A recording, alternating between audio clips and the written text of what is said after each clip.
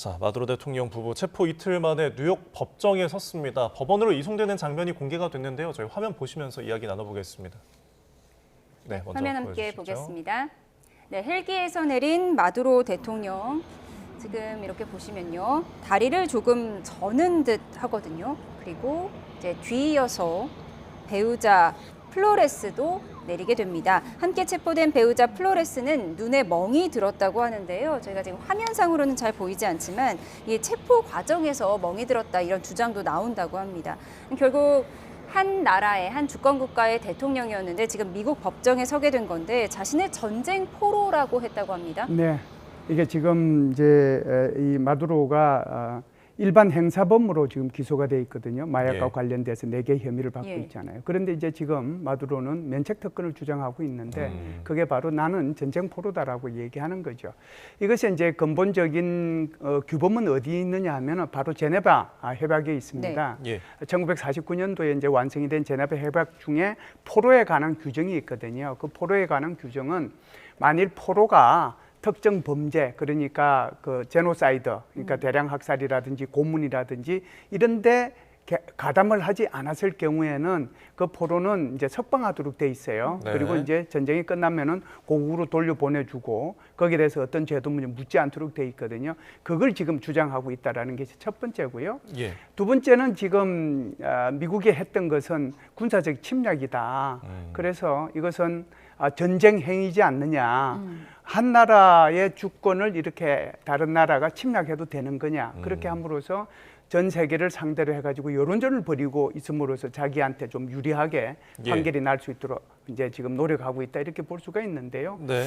그럼에도 불구하고 1989년도에 미국이 파나마를 침공을 해서 노레가 당시 대통령 그 사람도 마약 이제 혐의로 체포를 해서 미국 법정에 세웠는데 40년형을 받았거든요. 네.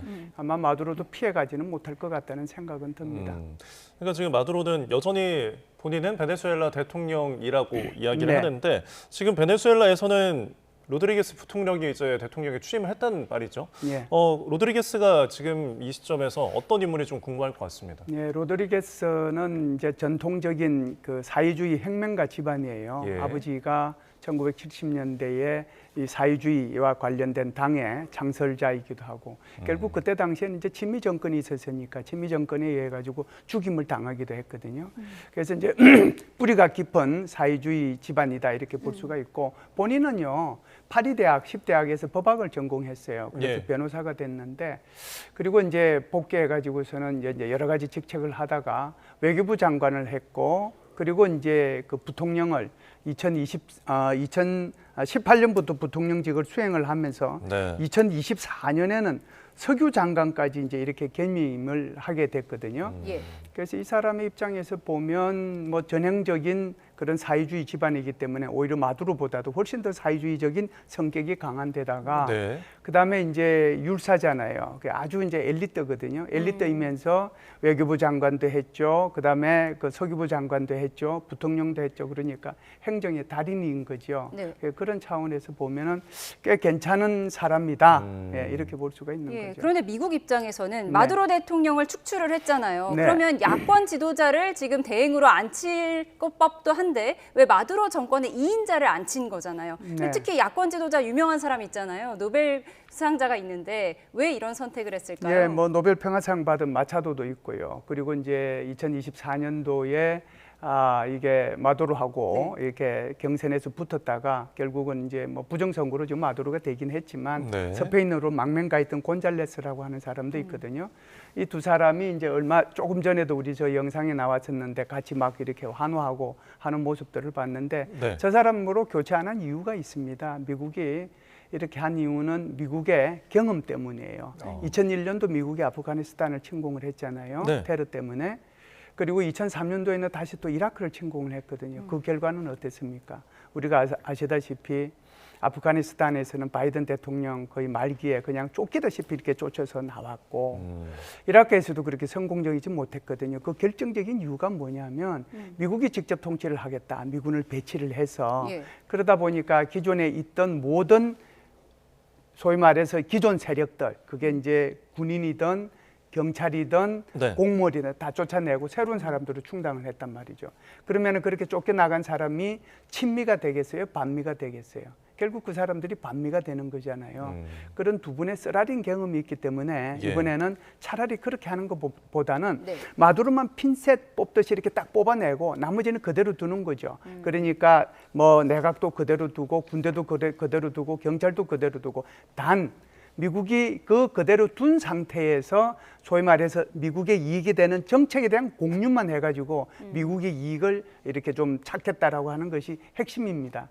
예. 그리고 이제 이 사람이 이 부통령이 그렇게 못 믿을 만한 그런 능력자가 아니라 굉장히 엘리트고 행정의 달인이고 그렇기 때문에 오히려 이 사람을 그대로 두는 것이 오히려 미국한테 이익이 될 수도 있겠다. 그런 생각을 했기 때문에 이번에는 과거와 다른 그런 예. 정책을 지금 하고 있지 않는가 이렇게 봅니다. 네, 그러니까 경험을 통해서 직접적인 개입보다는 좀 간접적인 형태로 이제 그렇죠. 개입을 하는 식으로 기존의 세력을 이용한다인데, 근데 만약에 이 로드리게스가 기대했던 것을 좀 저버린다면, 미국과 좀 다른 결을 보인다면은 또 다시 교체될 수가 있는 걸까요? 예, 뭐 교체될 가능성은 있는 거죠. 예를 들어서 이제 로드리게스가 이제 말은 미국과 협력하겠다라고 얘기를 하는데 오히려 미국과 협력 안 하고 중국하고 협력하고 러시아하고 협력하는 것이 보인다라든지 또는 이제 미국의 옛날에 차베스 대통령 시절에 차베스가 전부 다 미국 기업, 석유 기업들을 갖다 다 국영화시켰거든요. 네. 그 국영화시켰는데 그게 이제 지금 들어가가지고 미국의 원래 이제 빼앗긴 것들을 갖다 찾아야 될 거 아니에요. 예. 그러는데 못 들어오게 한다든지, 네. 그래서 석유를 관리를 못하게 한다든지, 뭐 원유를 생산을 못하게 한다든지 그렇게 할 경우에는 이대로 둬서는 안 되겠다라는 생각을 할 거고요. 세 번째는 이런 문제가 있을 겁니다. 로드리게스는 믿지만 로드리게스가 제대로 통치를 잘 못해서 네. 예를 들어서 군부에서 반란이 일어난다든지 350만 명에 달하는 그 민병대가 굉장히 중요한 역할을 하게 될 텐데 예. 그 민병대가 반미로 돌아서서 예를 들어서 그 반미의 형태가 뭐 저장고라든지 원유 저장고라든지 수송로라든지 수송관이라든지 그런 것들을 파괴하는 행동을 한다. 그렇게 되면은 미국은 아마 여기에 직접적으로 개입을 하거나 그렇지 않으면은 지도자를 바꾸려고 하는 그런 생각을 갖지 않겠는가라고 봅니다. 예, 말씀하신 것처럼 미국 입장에서 마약은 핑계고 지금 목적은 석유다 이런 분석들이 많이 나오고 있는데 특히 이제 베네수엘라 이런 중남미는 우리 앞마당이다. 중국의 영향력을 눈두고 볼 수 없다 뭐 이런 입장인 거잖아요. 이런 가운데 트럼프가 SNS에 올린 사진이 또 화제가 되고 있습니다. 함께 보시겠습니다. 네. FAFO라고 적힌 바로 이 SNS 사진입니다. 까불면 다친다라는 뜻이죠. 다소 거친 문구가 포함된 이 사진인데, 근데 이 사진이 지난해 우리나라 김해공항에서 찍힌 사진이라고 하더라고요. 네, 김해공항에서 이제 여러 가지 사진을 찾다가 이제 저걸 찍었을 거고요. 그리고 이제 저 흑백으로 처리를 했고, 그리고 이제 미중 정상회담이 있었지 않습니까? 네. 그런 것들을 이제 고려했다라고 보는데 결국은 이제 중국이 타겟이 되겠지요. 네. 무슨 말씀을 드리려고 하느냐 하면은 중국은 1대1로를 추진하고 있는데 중남미에서는 그 핵심 거점을 어디로 잡았느냐 하면은 베네수엘라로 잡았어요. 그래서 베네수엘라에 600억 달러를 투자를 하고 그래서 그러다 보니까 베네수엘라는 이 차관을 상환할 능력이 없잖아요. 예. 그러면 뭘로 주겠어요? 결국 원유를 주는 거거든요. 그러니까 원유 수출의 80%가 중국으로 가는 거죠. 그 외에도 사실상 여러 가지 인프라를 장악을 하고 있으니까 그러니까 미국 입장에서 보면 그러는 거죠. 아, 이게 무슨 일이지? 이거는 그러니까 이게 뭐 좀 속된 표현으로 내 영역인데 내 세력권인데 좋은 말로 하면 세력권이고 그냥 일본 네. 말로 하면 내 나와발인데 여기에 지금 중국이 들어와 가지고 계속해서 내 앞마당을 어지럽히고 있어 이런 생각이 드는 거죠. 예. 그래서 파4라고 하는 것이 저게 뭐 제가 좀 말씀드리기가 곤란해서 그렇습니다. 이제 필요하신 분들은 인터넷에 찾아보시면 저게 이제 무슨 뜻인지를 금방 알게 될 텐데 예. 까불면 죽는다라고 하는 거거든요. 예. 그래서 다분히 중국을 겨냥한 그런 것들이 있는 거고요. 더 크게는 앞으로는 중국뿐만 아니라 중남미 지역 전체가 내 예. 영향권 안에 있으니 여기에 대해서 다른 나라가 들어오지 말아라. 네. 내가 여기에 대해서 통제력을 확실히 하겠다. 그걸 우리는 이제 몰로주의의 변행인 돌로주의라고 얘기하는 이유가 돌로주의. 그렇습니다. 예. 도널드 트럼프 플러스 몰로주의를 합한 돌로주의.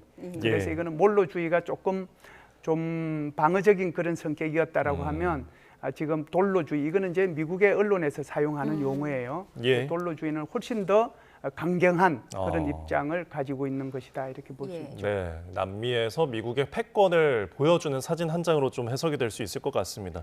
그런데 지금 이렇게 국가 지도자가 한순간에 체포가 되는 이 사태가 지금 북미 대화 성사에는 조금 긍정적인 요소가 될 수 있다라는 분석도 있는데요. 어떻게 보십니까? 글쎄요, 이제 이거는 뭐 두 가지 시각이 있는 것 같습니다. 예. 북미 대화에 안 좋을 거다라고 하는 것도 있고, 북미 대화에 괜찮을 거다라고 보는데, 북미 대화에 안 좋을 거다라고 얘기하는 것은 사실상 마두로가 체포된 날, 그날 북한이 동해상으로 극초음속 미사일 발사했잖아요. 맞습니다. 그러면서도 계속해서 이렇게 핵무력을 정강시키겠다라고 그렇게 얘기했을 뿐만 아니라 미국에 대한 이런 행동에 대해서 불량배적인 본성을 잘 드러냈다고 맹비난을 했거든요. 그런 상황에서 4월 달에 무슨 뭐 미중 정상회담이 있다고 해서 거기에 북미 정상회담을 하겠느냐. 예. 이런 이제 불편한 시각이 하나 있는 거고요. 또 하나는 긍정적인 시각은 이런 거죠. 야, 마두로 저거 이렇게 작전 명령 내려가지고 2시간 15분 만에 그냥 미국으로 데려가는 거 보니까 참수 작전이 실제로 북한에서도 일어날 수도 있겠네. 그런 생각을 할 수도 있는 거거든요. 네. 그러면은 이제 북한의 체제에 대한 어떤 보장을 좀 받아야 되겠다. 그런 차원에서 보면 미국과 북한 간의 이렇게 협상을 오히려 촉진시킬 수 있는 요소가 되지 않겠느냐. 이렇게 해석하시는 분들도 있어요. 근데 제가 볼 때는 네. 그런 것들도 있지만 이번에 이제 중국에서 중국과 미국 사이에 정상회담이 있게 되면 이걸 계기로 해서 미국과 북한 사이에서 정상회담을 하려고 그러는 거잖아요. 예. 근데 북한의 입장에서 보면 이 마두로 사건도 있지만 그보다 더 큰 것이 중국이 한국하고 너무 지금 가까워 가 있거든요. 그래서 지난번에 에이펙 정상회담 때 시진핑 주석이 한국을 방문했고 2달도 안 돼서 다시 우리 이재명 대통령을 중국으로 초청해서 네. 북한 보란 듯이 지금 보여주고 있거든요. 예. 그러면은 중국 입장에서 이게 뭐지? 그러면 나하고는 멀어지고 그러냐? 그러면은 나는 미국이 필요하다라고 생각할 수도 있는 거잖아요. 북한이요. 예. 그래서 이제 오히려 이런 측면이 미국과 뭐라고 할까요? 북한 사이에 그런 회담을 촉진시키는 요소가 더 될 수도 있겠다라고 봅니다. 예,